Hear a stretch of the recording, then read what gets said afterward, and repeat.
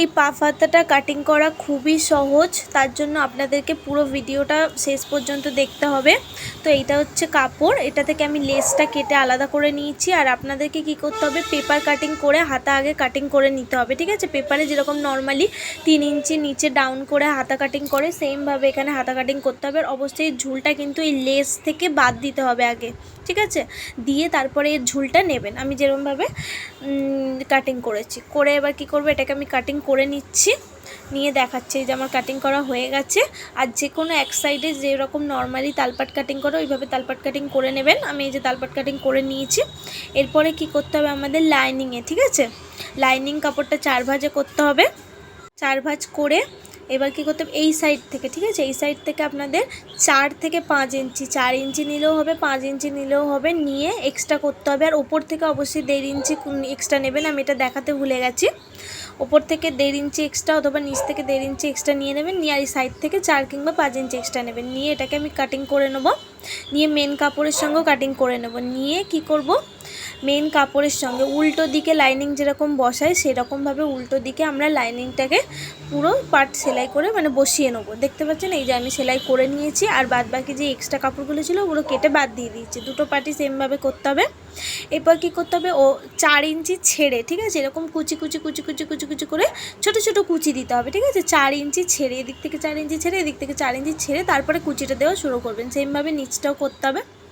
তো আমি আপনাকে সেলাই করে তারপরে দেখাচ্ছি। এই যে দেখুন সেলাই করা হয়ে গেছে আমার, কত সুন্দর পাফটা ইচ্ছে, এটা পরলেও আরও সুন্দর লাগবে। দেখতে পাচ্ছেন কত সুন্দর লাগছে। আর অবশ্যই কিন্তু আপনারা লাইনিংয়ে না কোনটা ওপর কোনটা নিচ বলে একটুখানি লিখে রাখবেন, নয় না সেলাই করার পর না বোঝা যায় না। এই যে আমি যেরকমভাবে দেখুন ওপরে ও বলে লিখে রেখেছি, তার মানে নিচটা নিচেই হবে, সেইভাবে আপনারাও লিখে রাখবেন, নয়তো বোঝা যায় না। এরপরে কি করতে হবে, এই যে পেপারটা ছিল, পেপারের যেই রাউন্ডটা, ওপরের রাউন্ডটা অবশ্যই একবার মেপে নেবেন যে ঠিকঠাক আসছে কি না আপনাদের। যদি আপনাদের কম আসে তাহলে সেলাইটা খুলে একটু বাড়িয়ে নেবেন, ঠিক আছে।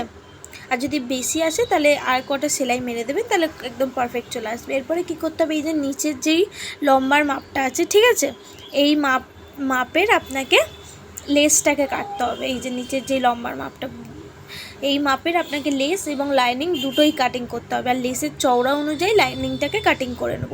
নিয়ে কি করতে হবে, আমাদেরকে লেসের সঙ্গে লাইনিংটাকে যোগ করতে হবে। নিচ থেকে প্রথমে, তার আগে কি করতে হবে, এই ওপরের যেই এটা দেখতে পাচ্ছেন এটাকে মুড়ে দেবো, ঠিক আছে, মুড়ে সেলাই করে দেবো শুধু ওপরটা, ওপরের দিকটা। তো দুই দিকে আমি দেখে দিচ্ছি, দুটো পার্টেরই আমি ওপর দিকটা এরকম উল্টে সেলাই করে নিয়েছি। এরপরে কি করতে হবে, এর সোজা সাইডে এইভাবে লাইনিংটাকে রাখবো,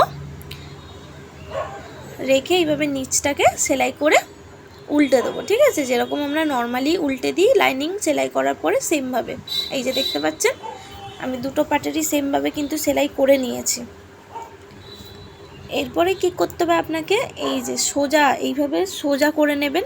দেখতে পাচ্ছেন আমি উল্টো না, কিন্তু সোজা পাটটা এরকমভাবে সোজা করে নিয়ে ওই লাইনিংয়ের উপর, ঠিক আছে, আপনার যে পাফ হাতার নিচটা রয়েছে ওটাকে সোজা করে, পাফ হাতার সোজা দিকটা আর লাইনিংয়ের এরকম সোজা দিকটা এইভাবে রেখে সেলাই করতে হবে। দেখতে পাচ্ছেন আমি যেভাবে রেখেছি সেমভাবে আপনারাও রেখে সেলাই করে নেবেন। নিয়ে এই রকমভাবে উল্টে দেখুন, দেখলে আপনার সোজা দিকটার সাথে সোজা দিকে এইভাবে মিলে যাবে। দেখতে পাচ্ছেন, তারপর কি করতে হবে, এই যে দেখতে পাচ্ছেন উল্টোর সাথে উল্টো চলে এসছে। এরপরে কি করতে হবে, এখানে একটা রাউন্ড সেলাই মেরে দিতে। অবশ্যই এখানে ডবল সেলাই মারলেও ভালো হয়, আর একটা সেলাই মারলে, এটা আপনাদের ইচ্ছা, সেলাই করে নিতে হবে। তো আমি সেলাই করে তারপরে দেখাচ্ছি। দেখুন কত সুন্দর লাগছে, ভেতরটাও কতটা ফিনিশিং এসছে খালি দেখুন। আর এটা পরার পরে আরও সুন্দর লাগবে। দেখতে পাচ্ছেন কত সুন্দর লাগছে। ভিডিওটা ভালো লাগলে অবশ্যই কিন্তু একটা লাইক করতে ভুলবেন না। চ্যানেলে যদি নতুন হন অবশ্যই চ্যানেলটাকে সাবস্ক্রাইব করে পাশে থাকবেন।